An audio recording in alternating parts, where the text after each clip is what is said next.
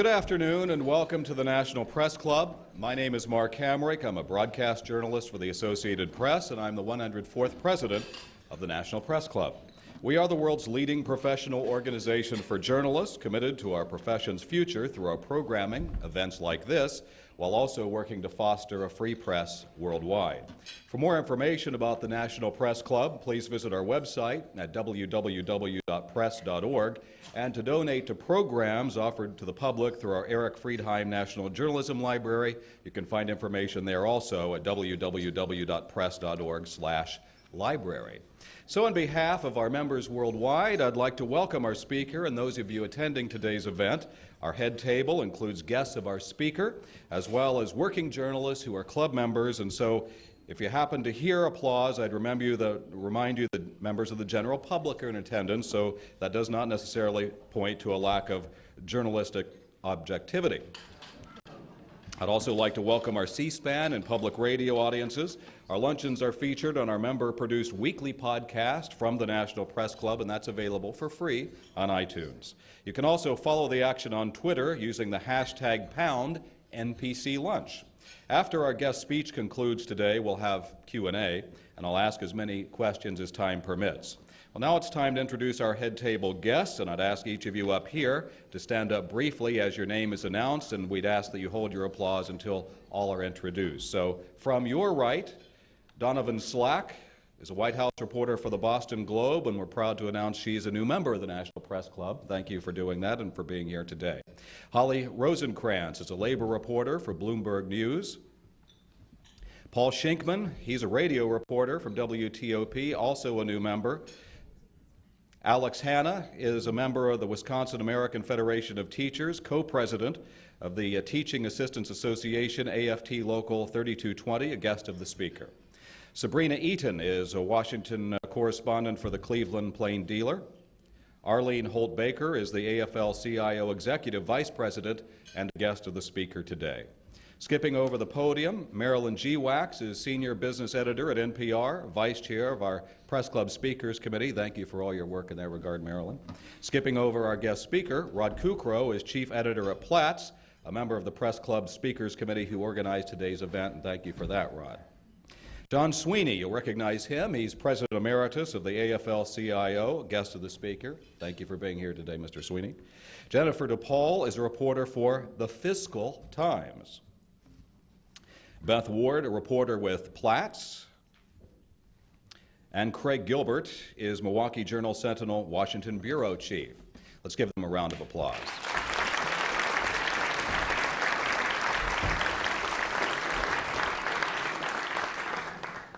As you probably know by now, organized labor in America has been under renewed attack this year. While it has not been as physically violent as seen in our nation's history, it has often been bitter at times. The benefits and collective bargaining rights of unions representing teachers, firefighters, police, and civil servants have become a special target. In more than a dozen states, politicians want unions to help reduce budget shortfalls by paying more for their benefits and giving up the ability to negotiate working conditions. Much of the impetus behind all this anti-union legislation might be linked back to the 2010 election, which flipped control of many governor's seats and legislatures from Democrat to Republican. In April, Ohio's governor signed into law a bill stripping state and local workers of their collective bargaining rights. And a similar bill signed by Wisconsin's governor appears headed to that state's Supreme Court.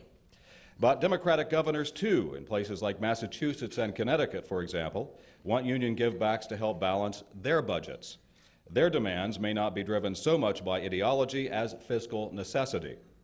But for a union member, that difference may seem to be academic. The assault on labor is not limited to public employees. 14 states recently have considered right-to-work bills barring mandatory union dues in private sector workplaces. All of this occurring at a time when unions are struggling to maintain their membership. Today, 15 million, or 12% of working Americans, belong to unions.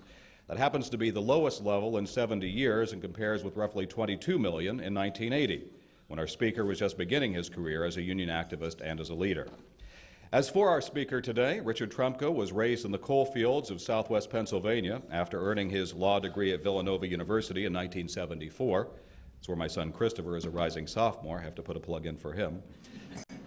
Having actually worked in the coal mines, our guest speaker went to work for the United Mine Workers Union, eventually becoming at age 33 the youngest president in that union's history. That was in 1982. He served 3 terms and brought the mine workers into the AFL-CIO. In 1995, he became Secretary-Treasurer of the AFL-CIO and served in that post until his election in 2009 as the 5th president of the 55 unions in the nation's largest labor federation, representing more than 12 million members. Please give a warm National Press Club welcome to Richard Trumka.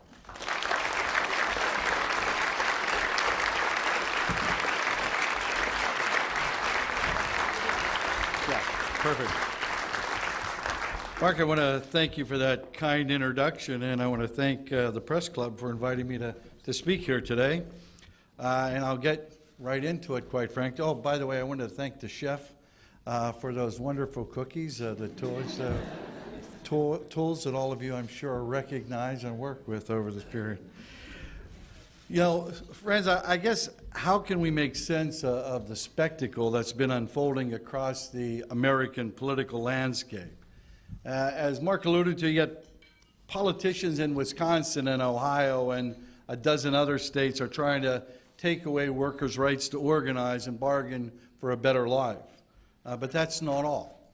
In state after state, politicians are attacking voter rights by imposing ID requirements, by shortening early voting periods, by blocking young people from voting because they're, quote, too liberal, unquote, and even levying criminal penalties and fines for breaking arbitrary rules in the voter registration process, all of which so it'll be harder for people to vote, especially the least privileged among us.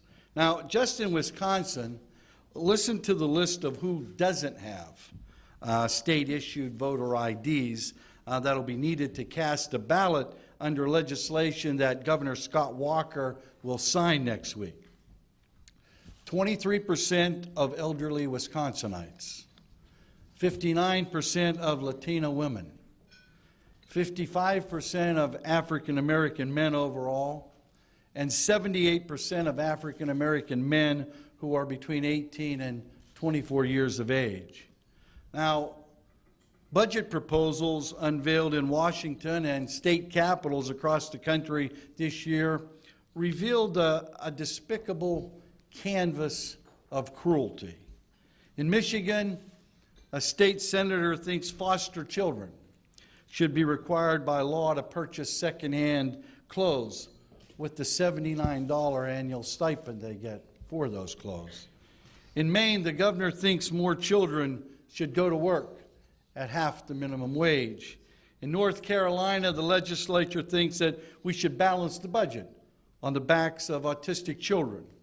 In Arizona, the state Senate president floats the idea of locking up protesting public employees in desert tent city jails.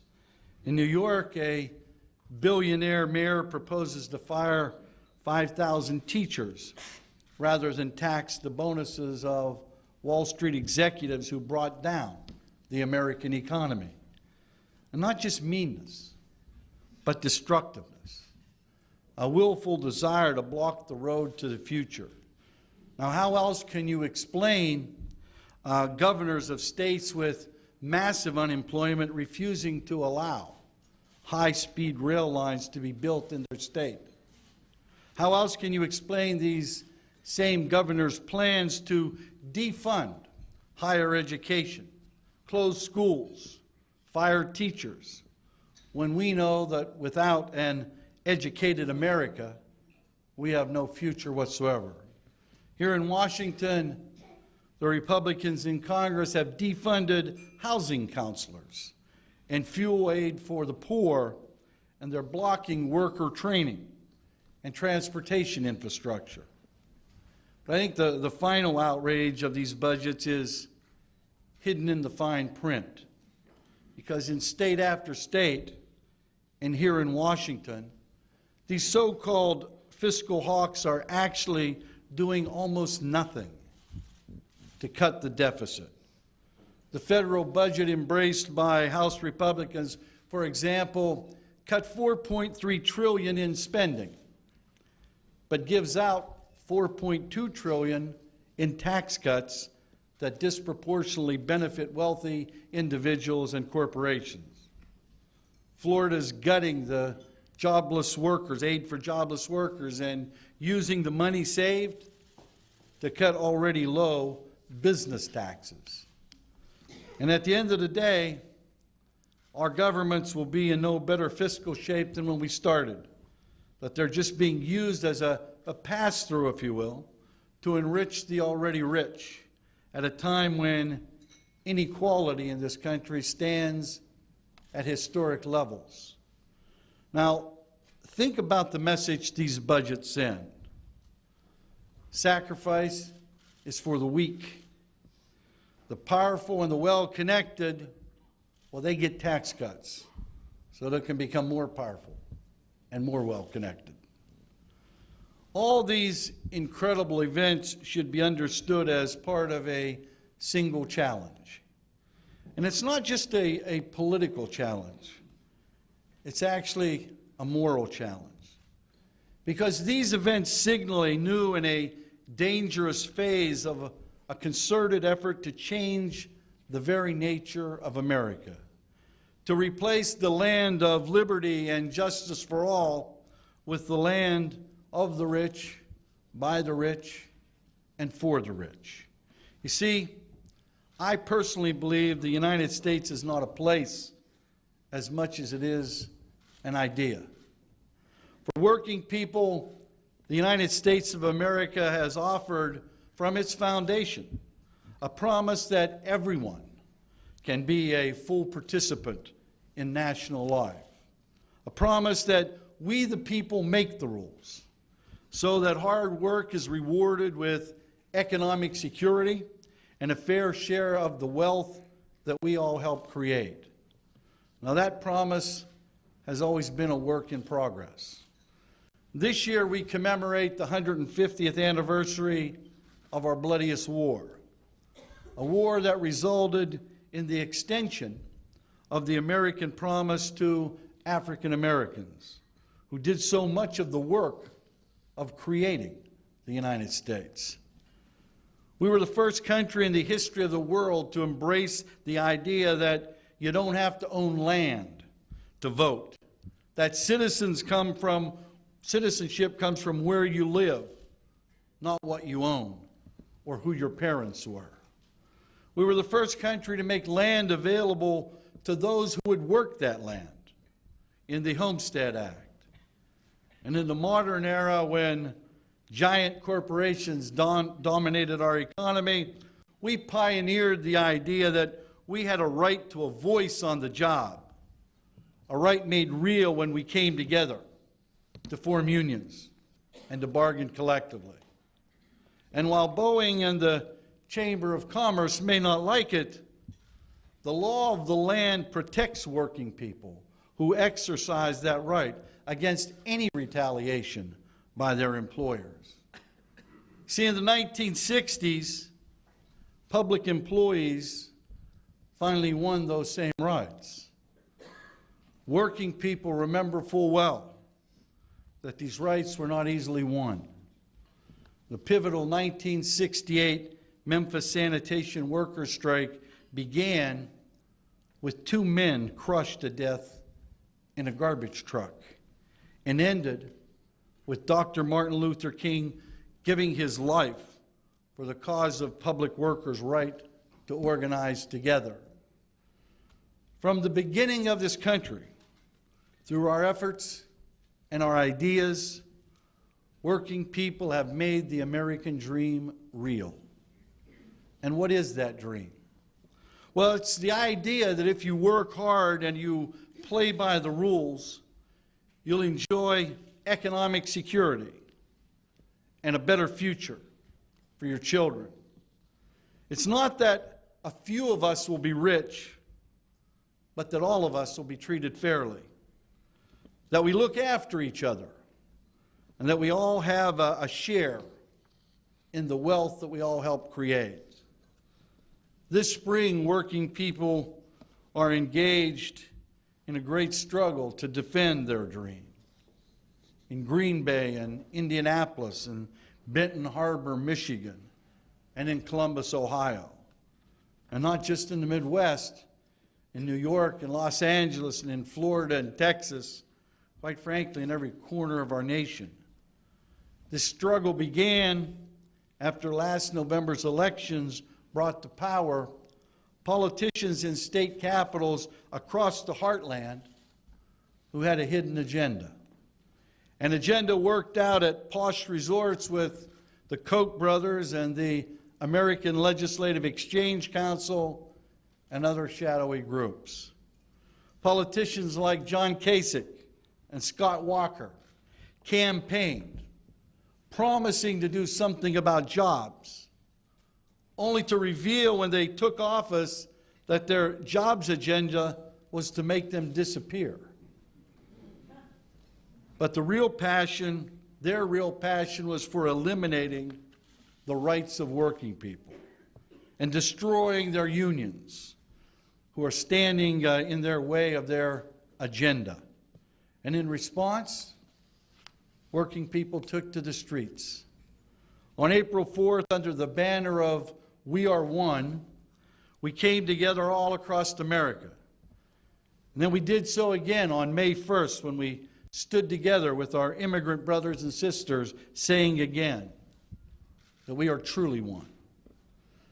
In signs all across the rotunda in Wisconsin State House, we proclaimed that we were there to defend the principle that in America, we look out after each other. And one of the people who was there is here with us today, and I'd like to introduce him. Alex Hanna is a graduate assistant at the University of Wisconsin-Madison and a co-president of the Teachers Assistance Association of the American Federation of Teachers. Stand up, please, Alex.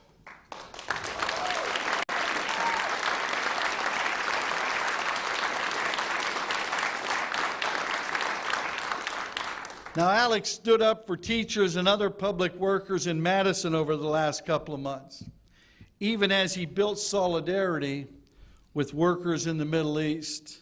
You see, his family comes from Egypt, and he strengthened links between movements for change all around the world. And Alex, I want to thank you for your inspiration and everything that you've done so far. You've been a wonderful example for all of us. I'd also like to thank those Democratic senators in Wisconsin who stood up and walked out on behalf of working people.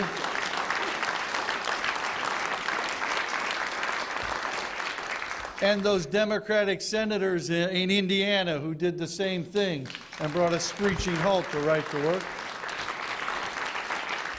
And quite frankly, I'd like to thank our Democratic and Republican friends in the Ohio legislature that stood up for workers. They deserve a round of applause. You see, Alex embodies the fact that we are not a nation of isolated individuals. We're a land of communities. We're a land of families. Our republic, our democracy, is an expression of our solidarity, of our common values, and our common life as a nation. In America, firefighters rush into burning buildings every day, risking their lives to save people that they've never met. Social workers care for other people's abused children, and home health workers provide care and companionship for those who need it. And every day, you and I pay our Social Security taxes and Medicare, and that same money is sent out again to provide comfort and security to other people's parents and grandparents. See, this is not just a matter of morality, but it also makes economic sense. And being a community makes more economic sense today than it ever has in the past. And it'll simply not be enough to beat back the Scott Walkers and the John Kasichs and the Koch brothers. America's economic fate depends on us coming together to educate our children, to invest in our infrastructure, to face the threat of climate change, and to reverse the yawning economic inequality that threatens our future. Let me be specific.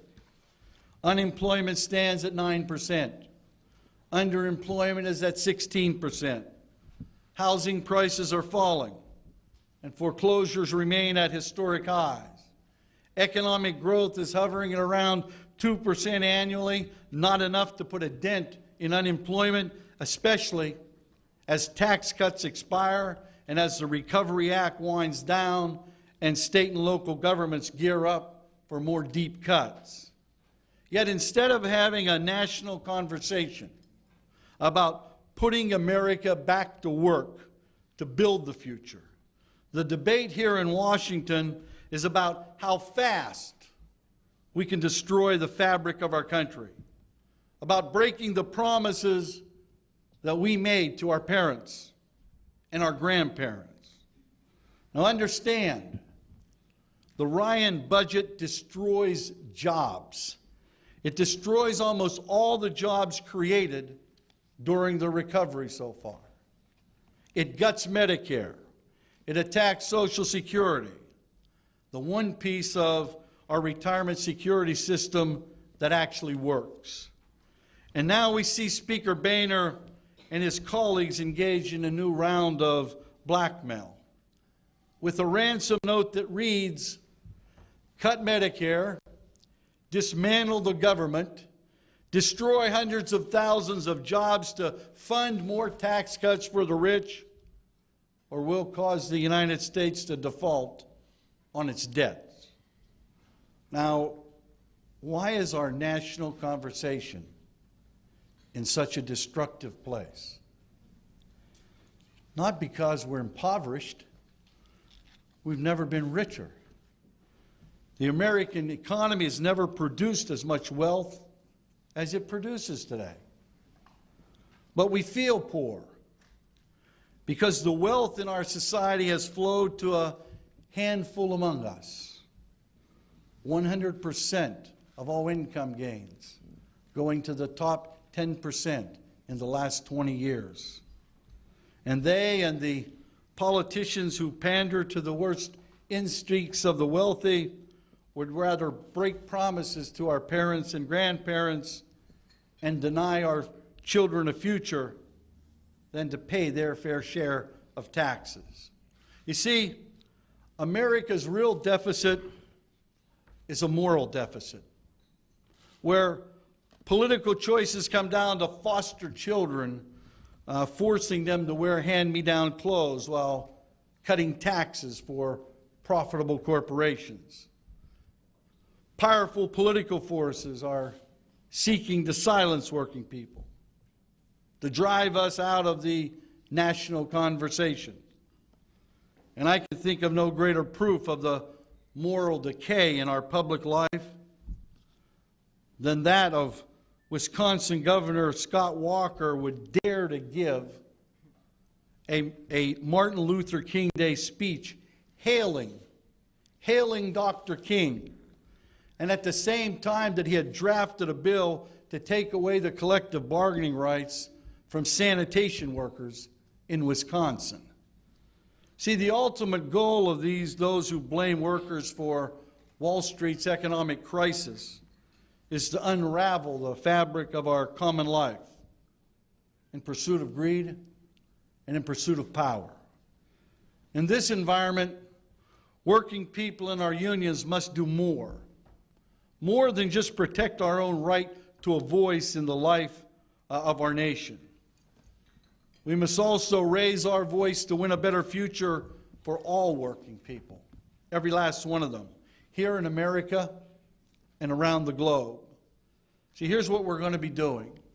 First, we're going to use that voice to end the Scott Walker agenda as a viable political strategy by winning recall elections in Wisconsin and citizen vetoes of destructive legislation in other states, and then retaking state houses. Then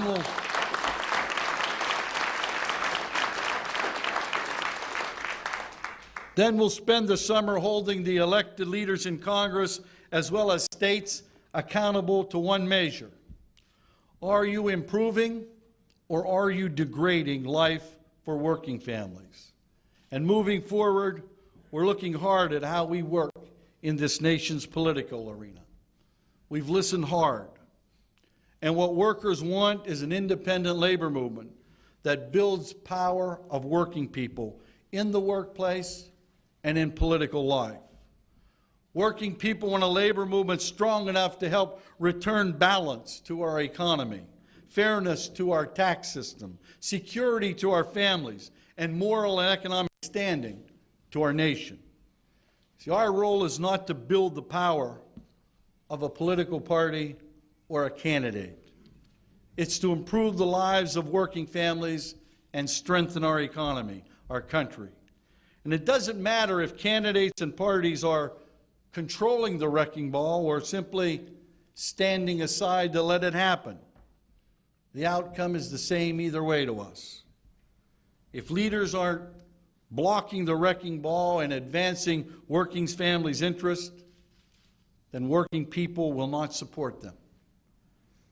This is where our focus will be now, in 2012, and beyond. We will uphold the dignity of work and restore respect for working people. In this season's political battles, teachers and nurses and firefighters have been vilified. Decent jobs with economic security have been cast as more than America's workers deserve. Low-wage, part-time, temporary, no-benefit work is being sold as the new normal for the economy. And we know that only a dynamic, effective movement of working people working together can reclaim the value of work. So our unions must reach out to every working person in America, to those whose jobs have been outsourced and downsized, to car wash workers in Los Angeles, to domestic workers who have few legal rights, to freelancers and young workers who have gigs rather than jobs. And together with the AFL-CIO's construction and manufacturing workers, our pilots and painters, our plumbers and public employees, our bakers and others, we will be heard. Because the stakes are so high for working America and for us, for our working families.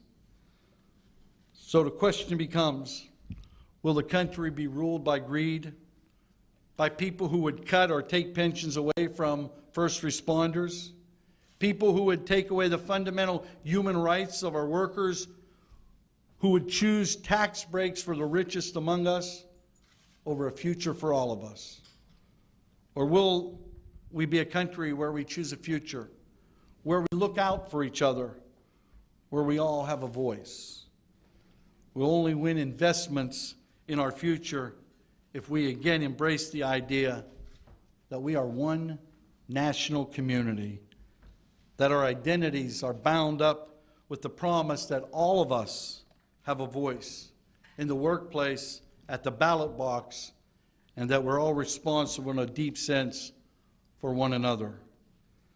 The fabric of our government, our democratic republic, is about making that responsibility for each other real. And this is the message that working people have always brought to our national conversation. It's the message that Alex Hanna and hundreds of thousands of others who took to the streets of the Midwest this spring, and that we will take to the polling places of the heartland in recall elections and in citizens' veto campaigns in the coming months. And it's the message that we'll continue to shout this year and next year and the year after that until we are heard. The moral character of America is worth fighting for. And that is exactly what working people are going to do in the days and the weeks and the months ahead. Thank you.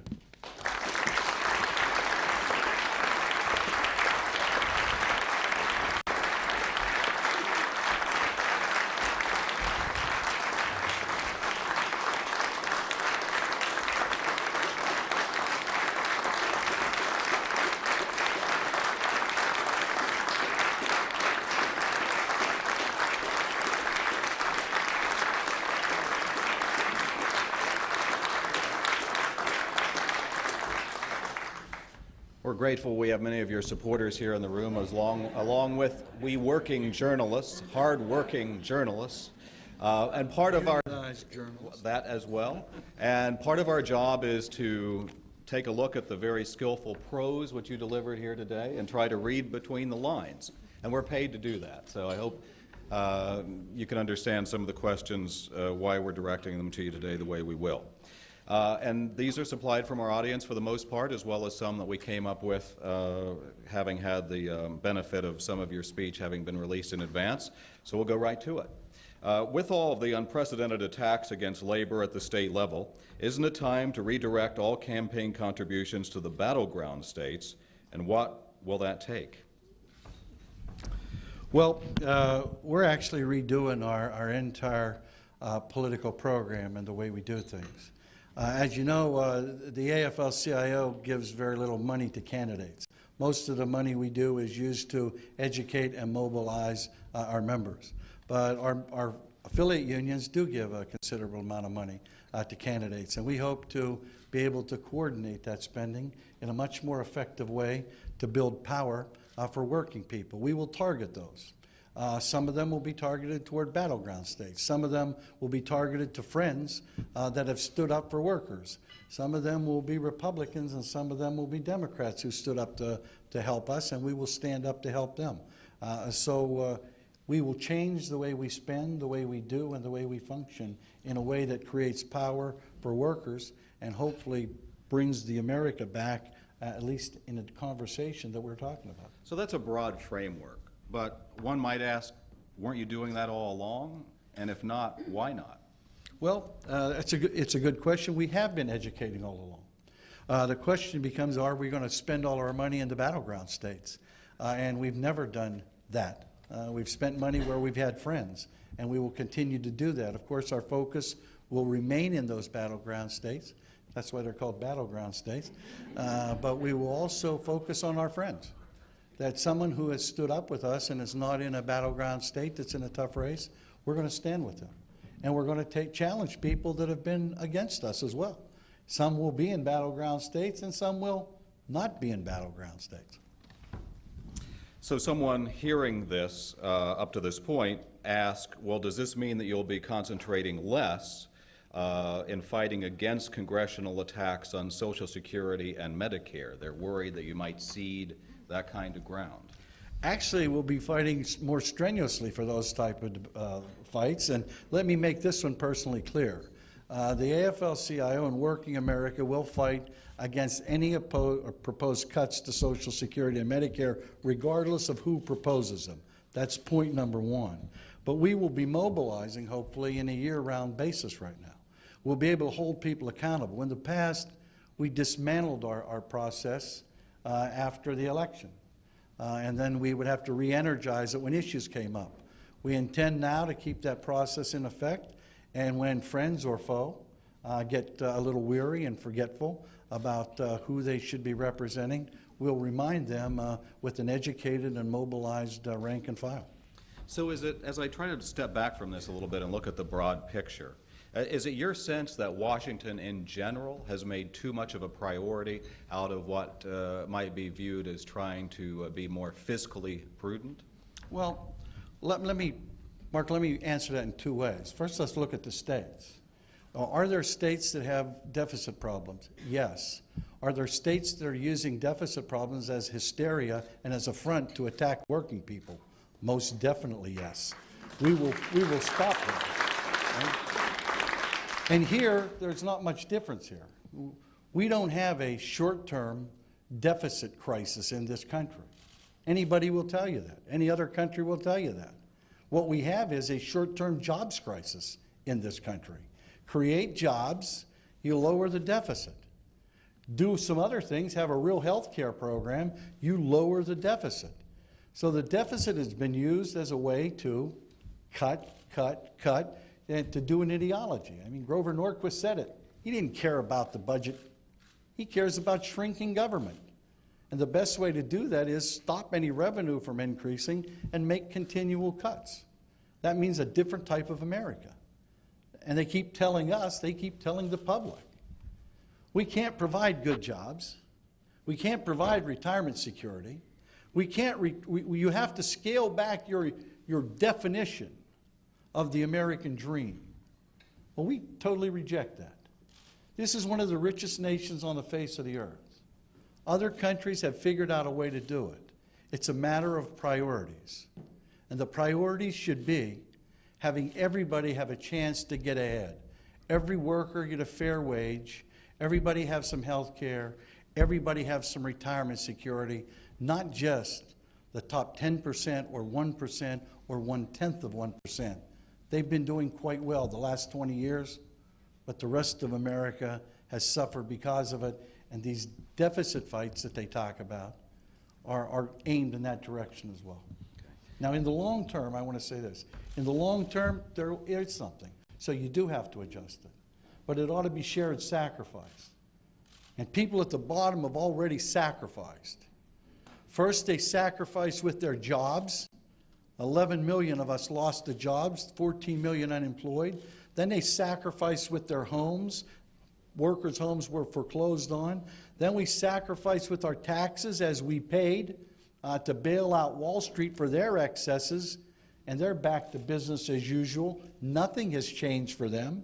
They haven't lost their third home. They haven't had a decrease in salary. And then they come back to us with a fourth one and say, now that you've paid 3 times, because of these deficits, let's eliminate Social Security or Medicare and make you pay again. We think the sacrifice should start at the top. And I think most Americans totally agree with us on that. And that's why they support, by almost 80%, a surtax on millionaires.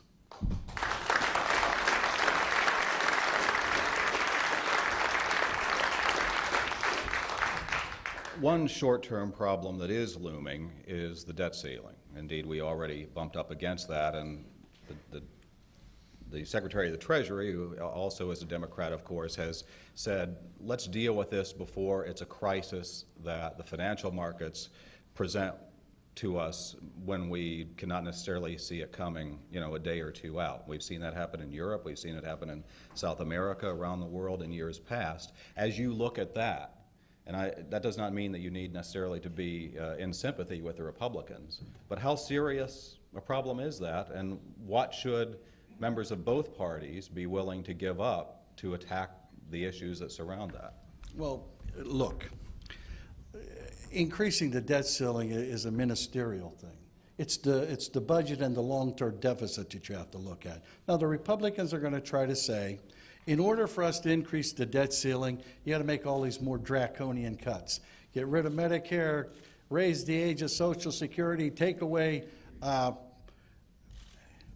Head Start for 200,000 kids, cut grade school and secondary schools by 25%, take 8 million students, student loans away from 8 million people, and we won't do anything unless you do that. Look, it's the solvency and the credibility of the United States are at stake. It's not about the debt limit. If they were serious about the deficit, they wouldn't have had proposed a budget that cut $4.3 trillion out of it and then gave $4.2 trillion away. Let's do the math. That means over 10 years, their budget is going to reduce the deficit by $100 billion, $10 billion a year. Now, my math says that doesn't get it, and that's not going to help us. So they have to look at the problems and be realistic about it. Raising the debt ceiling is something that we've obligated ourselves to do. It's like the following. It's like you went home one day and you bought a house, you bought a car, and one day you said, our debt is up to $50,000, and if it goes up to $51,000, I'm not paying. Duh. So they take your car and they take your house because you don't pay. Our standing in the world gets very, very tarnished because the dollar has been the currency for the rest of the world, and I think that people should honor that, honor the commitments. And if you want to talk about the deficit, talk about it really. Don't come to us with a deficit that says $4.3 billion in cuts so that we can give $4.2 billion of it back to the rich and kick kids off of Head Start and stop housing counselors and all the draconian things that budget did, not mentioning gutting Medicare and things like that.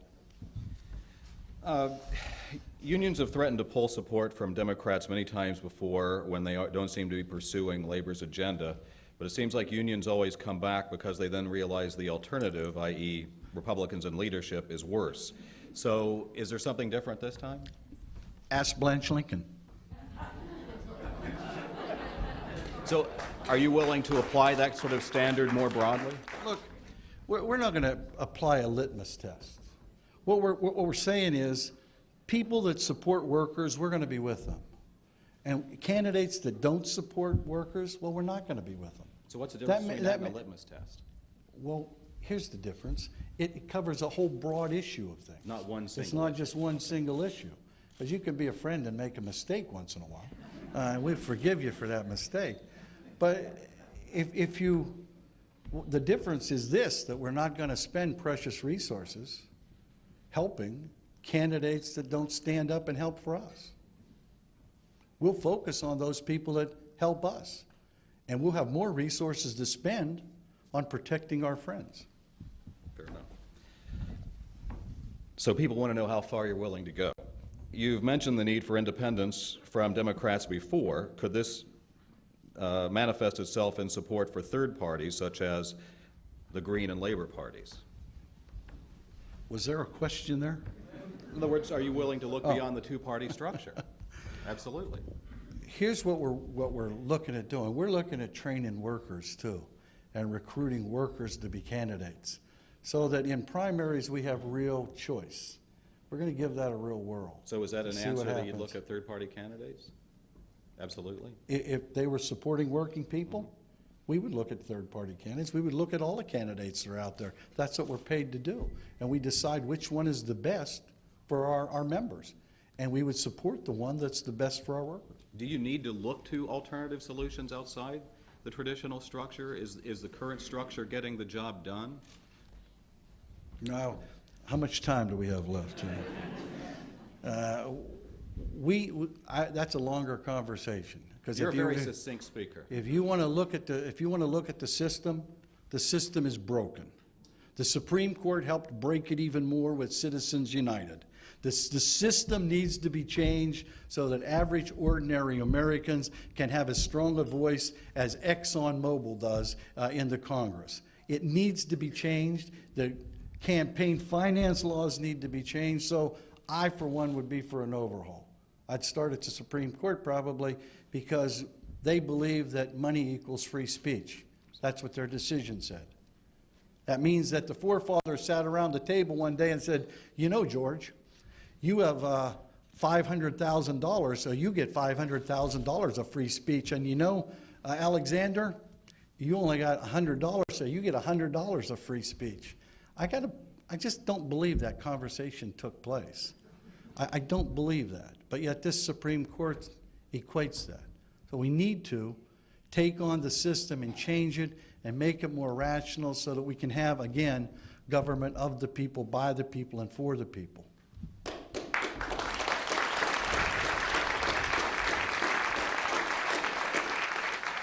So back to your speech. Someone asked, what is your game plan to spread the spirit of the Wisconsin protest to other parts of the country? We're out there every day, educating and mobilizing, and it's not just in Wisconsin. We've cross-pollinated Wisconsin people with Ohio people, with Missouri, with Tennessee, with Indiana. We've gone all over the country, and people are mobilized. And it's not just union people. It's working people in general. Small business people are out there supporting us.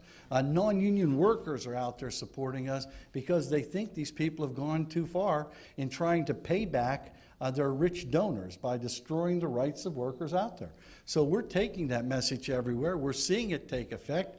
And apparently we're doing something right because guys like Scott Walker, his ratings in his own state have fallen like a big rock in a small pond.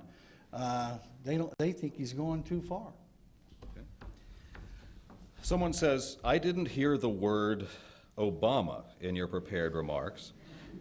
Doesn't the president warrant at least an honorable mention? Well, I was talking about people that are off on the wrong course. So of course I wouldn't mention him. I think the president has done a good job. I think his scale has been limited, either because he was too low on things in the fixing, or because the Republicans have prevented him from being it. But if you look at the framework that he's tried to lay out for getting the economy back on track, I think it's been the right framework. And that's to create jobs. That's to rebuild our infrastructure. That's to give aid to state and local governments so they don't lose it. That's to try to get money back into the hands of small business and medium-sized business through loans that these big banks aren't giving out. So I think that's a step in the right direction. I think the scale hasn't been there, and we'll work on that. Now, of course, he's made some mistakes too, but we'll get to that at some point. We have time. Do we? We do, absolutely. Well, I think he made a strategic blunder whenever he confused his stimulus jobs agenda and he allowed deficits to start walking on top of them. He confused everything. No one understood the importance of the stimulus package. They started talking about deficits and equated the two. I mean, I think that was a strategic blunder. I think putting the Colombian Free Trade Agreement up will be a strategic blunder. One, because I think it's morally wrong to reward a company or a country that assassinated 51 trade unionists last year. And just two assassinated a labor leader and a teacher just the other day before yesterday. They killed them, and yet we're going to reward them. It'll be an agreement that allows for a country that is not in compliance with ILO standards, they'll be getting a free trade agreement with us, and that's insane. And we will fight that. So scale is your criticism. If you had to give them a letter grade, traditional teacher giving a report card, what might that be at this point? There's a lot of subjects whenever I got report cards anyway. Most of my grades were the same in each subject, so it didn't much matter. But, you know, it all depends on what you're doing. If you look at enforcing health and safety laws, I think the president gets an A. I think if you're talking about enforcing trade laws, he gets an A. Negotiating trade laws, he's down on the scale there. He's not going to get on the honor roll with that one. For direction, I think an A. For execution, well, he doesn't make the honor roll again with that one. But there's a lot of variables there, some of which are way beyond his control. I mean, you got a determined opposition that says no to any taxes and things of that sort, and that's not his fault. But I hope that, and we all fight a little harder to create jobs in this country. And I think you'll see him over the next several months make him jobs the centerpiece of what he tries to accomplish. So he'd make your dean's list. No C's. Well, I'd say it's finals week. We'll see. Very good. Very good. Something in the news on the health and safety front just yesterday, an independent report commissioned by the state of West Virginia found that the mine explosion that killed 25 men last year resulted from the failures of the owner, Massey Energy, and it rejected the company's assertion that the sudden gas buildup was to blame for the deadliest coal disaster in 4 decades. What's your reaction to that? It's no surprise at all. You have an explosion in the mine, one of two things had to happen. Either the laws were inadequate to protect those miners, or the laws weren't complied with. With Massey, he has a record of not complying with the laws, of making shortcuts, allowing things to happen. And when you start cutting shortcuts, it's inevitably going to catch up with you. And those miners and their families paid the price, and quite frankly, they're still paying the price. I mean, every male in my family died from black lung disease. We knew about black lung. We could have prevented it. Christ, in the UK, there was an occupational disease in the 20s. And we had coal companies in this country in 1969 standing in front of a podium and saying, we have proof positive that breathing coal dust is good for you. I offered to pump her through their air conditioning unit and shared a good hell. They weren't interested in that. But, you know, look, miners get killed every day. Workers get killed in this country every single day. They also contract pieces of occupational diseases every day. And that doesn't make the headlines. It makes the headlines when we kill a bunch of them, or they're trapped and we're trying to get them. And we're glad that it makes the headlines then. But they die in ones and twos every single day. Every single day. and they get disabled every single day. Whether you're a construction worker, which is highly dangerous occupation, whether you work in different occupations around the country, they get killed every day. And until we had this Secretary of Labor, the last 8 years, it was like killing fields out there. Now at least we have a Secretary of Labor that's enforcing the laws in OSHA and MSHA and saying you shouldn't have to sacrifice either your life or your health to make a living in this country at this point in time. And I might add one other thing. The lunacy of operating a facility, whether it's a mine, a factory, a school, a hospital, or anything, that's unsafe. Because every single bit of the literature will tell you that the safest facilities are the most productive facilities. So it's a twofer. There's no reason to do it, and yet it happens every day, and workers die with impunity. Thousands and thousands and thousands a year. If we had, by the way, we dwarf what happened in 9/11 each year with workers killed on the job. That shouldn't happen in this country. My first job in the mining industry was chairman of the Health and Safety Committee. And I took that job seriously because I wanted every miner that went in that hole to go home at the end of the shift with all of their fingers and all of their eyes and their legs and their ears. And we all ought to be outraged by what happens when workers get killed and slaughtered in this country.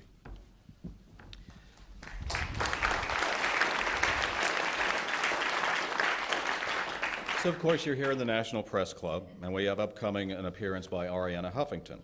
The Newspaper Guild is calling on unpaid writers for the Huffington Post to boycott that online news venture, and they complain that Huffington and others will get more than $300 million from the sale to AOL, while unpaid writers will not share that wealth. So how do you feel about that issue in general? And then I might follow up with a question about the news business. Well, I can talk about the news business too, because I do have some perspectives on that as well. I think we could make you guys a lot better. Look, I stand with the workers in that issue. I mean, workers are entitled to a decent rate of pay, and they ought to be negotiating a fair contract that gives them a decent rate of pay so that the entity becomes productive, can make money, and that those workers can have a decent standard of living. So I would stand with them. Okay. Then a questioner says, we have lots of corporate business-owned media other than specialty magazines. Why is it there are no labor-backed unions, news organizations doing reporting, investigative reporting with beat reporters? So I guess that gets to the ownership of news media properties. Well, first of all, it comes down to resources. In order to do a news media, whatever facet it is, whether it's print media, written radio, whatever it is, takes a lot of resources. And at the time, we don't have the resources to be able to spread them around in all those different directions. But let me ask you this question. Let's assume that we owned a network, the labor network. What would be the first shot you guys took at us, and what would be the first shot that most conservatives do? You can't listen to those guys. That's labor. An independent press is a good thing. An independent press that is a watchdog on those that are out there with responsibility to workers, whether it's at the federal level, the state level, or anywhere else, is a good thing. PAC journalism is not a good thing. And the fact that you guys are getting squeezed with money and can't do the type of investigative stuff that you used to do is a tragedy for the country. And networks like Fox are really entertainment. They're not actually networks because of their perspective is so slanted towards things. Now, I don't say that about every one of the journalists on Fox, because I think they have some real independent journalists that I think do a credible job. But by and large, the network and the programming is awful slanted away from working people, and that's a tragedy. I'll ask you to be somewhat more succinct in this next one just because we're up against time and there's a final question I want to get to. But in a week, we'll have DeMaurice Smith, the Executive Director with the NFL Players Association, here with a marquee player to be named later, we hope. That's part of the AFL-CIO. Yes, Americans seem to have one primary thought here, and that's they want their football. So is this going to be resolved by the fall, and how do you see this playing out? Look, we certainly hope that it's resolved by the fall. And let's start off with the base of all this, and I'm sure DeMaurice will tell you this. The football players didn't ask for a single thing. They did not ask for a single increase. They've asked to maintain what they had. That's all they asked for. Now, the owners, on the other hand, asked for a couple of $2 billion in givebacks. They want the players, one of their proposals is to have the players pay for the practice facilities, to have the players pay for their travel to and from games. Now, that's a $9 billion industry. But guess what? It isn't just the players and the owners as people think about. There's almost 200,000 workers out there that'll get hurt because of this lockout. And remember what a lockout is. It's the employer saying, no, you can't come to work. It's not the employer saying we won't come, they want to come. But you think about who's going to get hurt. It's going to be the guy that sells the hot dogs. It's going to be the groundskeeper. It's going to be the small business person at the stadium next to them. It's going to be the bus driver. It's going to be the taxi cab driver. And the cities are going to get hurt because of all that. Now, here's the truth about it, I believe. The problem with this is the owners haven't cut the deal among themselves yet. They can't negotiate. They don't know what to negotiate before because they haven't cut their deal.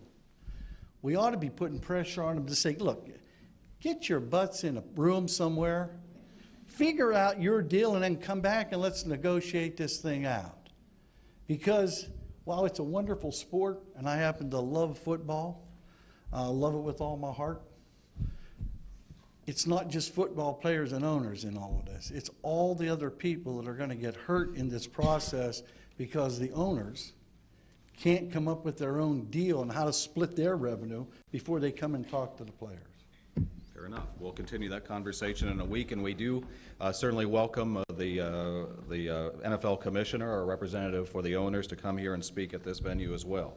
Well, we're almost out of time, but before we ask the last question, a couple of housekeeping matters to take care of. First of all, I'd like to remind you all about some upcoming luncheon speakers that we have. May 26th, Juan Williams, Fox News, to reply to some comments that were made earlier this year by the then head of NPR. And then DeMaurice Smith will be here on May 27th. Gary Sinise, late in June, the Oscar-nominated actor, will announce the formation of a new foundation dedicated to raising funds for charities supporting the military. And of course, as is our tradition, if I can find it, I'd like to present you with our traditional NPC mug as a token of our thanks today. Thank you. Can we do this thing? Absolutely. And I would like to now ask the last question. And so we're talking about football. You're a native of Pennsylvania, football country, a lot of great quarterbacks from there. Huge Steelers fan, I'm told. These days, that doesn't take a lot of investment, but you're hanging in there. You come by that naturally. So here's the last question. Given that you're a leader in the political arena, so to speak, if you had to choose, would you rather have lunch with the Manning brothers, i.e. not Steelers players, quite the contrary, or the Koch brothers? First of all, it would depend on where the lunch was going to be. I personally would probably rather have lunch with the Manning brothers. The Koch brothers, me talking to them would not do a lot, although let me think about that for a second. I would like to have lunch with them, as a matter of fact. I'd like to give them a few minutes to explain to me what they think, and I'd like to indicate in some mild fashion what I think, and then see where we went from there. Very well. How about a round of applause for our speaker today?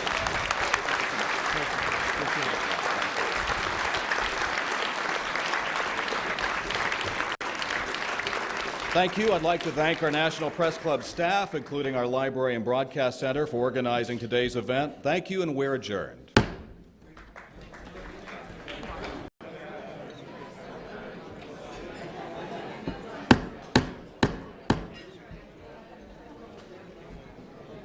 Good afternoon and welcome to the National Press Club. My name is Mark Hamrick. I'm a broadcast journalist for the Associated Press, and I'm the 104th president of the National Press Club.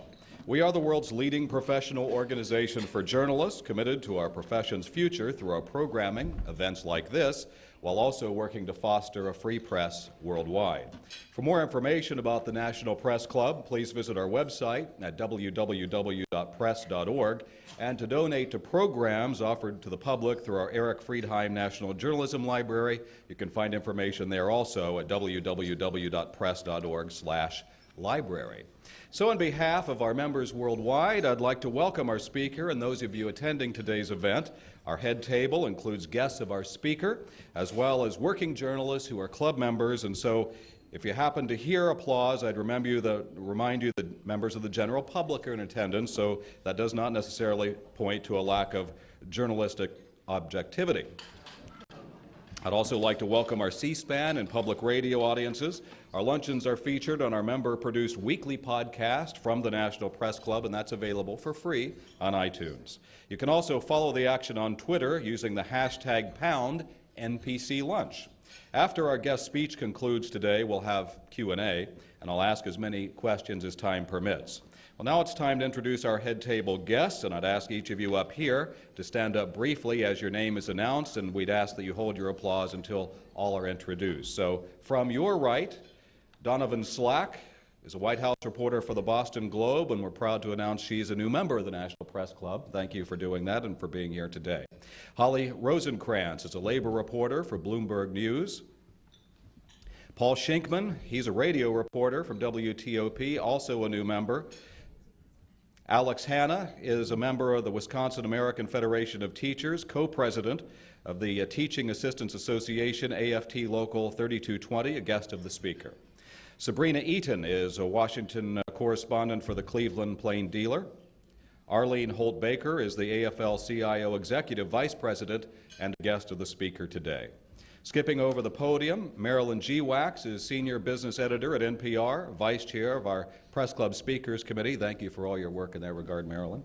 Skipping over our guest speaker, Rod Kukrow is Chief Editor at Platts, a member of the Press Club Speakers Committee who organized today's event, and thank you for that, Rod. John Sweeney, you'll recognize him. He's President Emeritus of the AFL-CIO, guest of the speaker. Thank you for being here today, Mr. Sweeney. Jennifer DePaul is a reporter for The Fiscal Times. Beth Ward, a reporter with Platts. And Craig Gilbert is Milwaukee Journal-Sentinel Washington Bureau Chief. Let's give them a round of applause.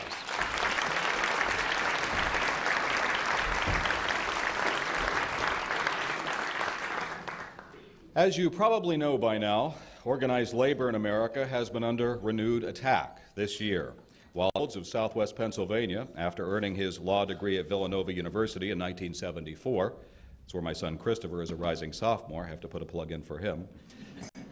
Having actually worked in the coal mines, our guest speaker went to work for the United Mine Workers Union, eventually becoming at age 33 the youngest president in that union's history. That was in 1982. He served 3 terms and brought the mine workers into the AFL-CIO. In 1995, he became Secretary-Treasurer of the AFL-CIO and served in that post until his election in 2009 as the 5th president of the 55 unions in the nation's largest labor federation, representing more than 12 million members. Please give a warm National Press Club welcome to Richard Trumka.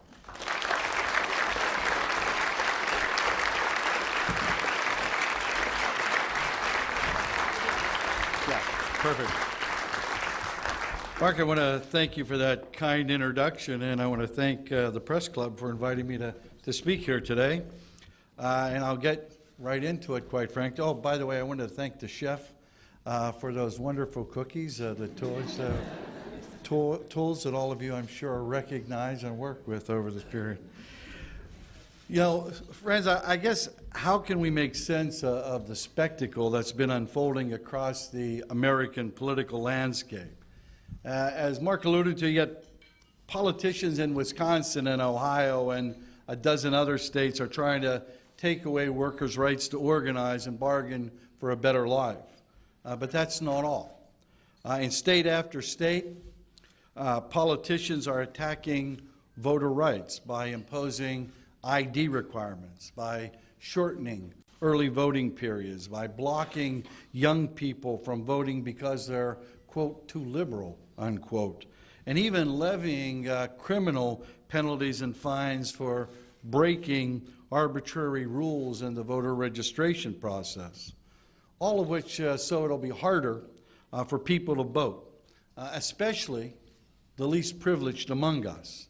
Now, just in Wisconsin, listen to the list of who doesn't have state-issued voter IDs that'll be needed to cast a ballot under legislation that Governor Scott Walker will sign next week. 23% of elderly Wisconsinites, 59% of Latino women, 55% of African American men overall, and 78% of African American men who are between 18 and 24 years of age. Now, budget proposals unveiled in Washington and state capitals across the country this year revealed a despicable canvas of cruelty. In Michigan, a state senator thinks foster children should be required by law to purchase secondhand clothes with the $79 annual stipend they get for those clothes. In Maine, the governor thinks more children should go to work. It has not been as physically violent as seen in our nation's history. It has often been bitter at times. The benefits and collective bargaining rights of unions representing teachers, firefighters, police, and civil servants have become a special target. In more than a dozen states, politicians want unions to help reduce budget shortfalls by paying more for their benefits and giving up the ability to negotiate working conditions. Much of the impetus behind all this anti-union legislation might be linked back to the 2010 election, which flipped control of many governor's seats and legislatures from Democrat to Republican. In April, Ohio's governor signed into law a bill stripping state and local workers of their collective bargaining rights. And a similar bill signed by Wisconsin's governor appears headed to that state's Supreme Court. But Democratic governors, too, in places like Massachusetts and Connecticut, for example, want union givebacks to help balance their budgets. Their demands may not be driven so much by ideology as fiscal necessity. But for a union member, that difference may seem to be academic. The assault on labor is not limited to public employees. 14 states recently have considered right-to-work bills barring mandatory union dues in private sector workplaces. All of this occurring at a time when unions are struggling to maintain their membership. Today, 15 million, or 12% of working Americans, belong to unions. That happens to be the lowest level in 70 years and compares with roughly 22 million in 1980, when our speaker was just beginning his career as a union activist and as a leader. As for our speaker today, Richard Trumka was raised in the coal field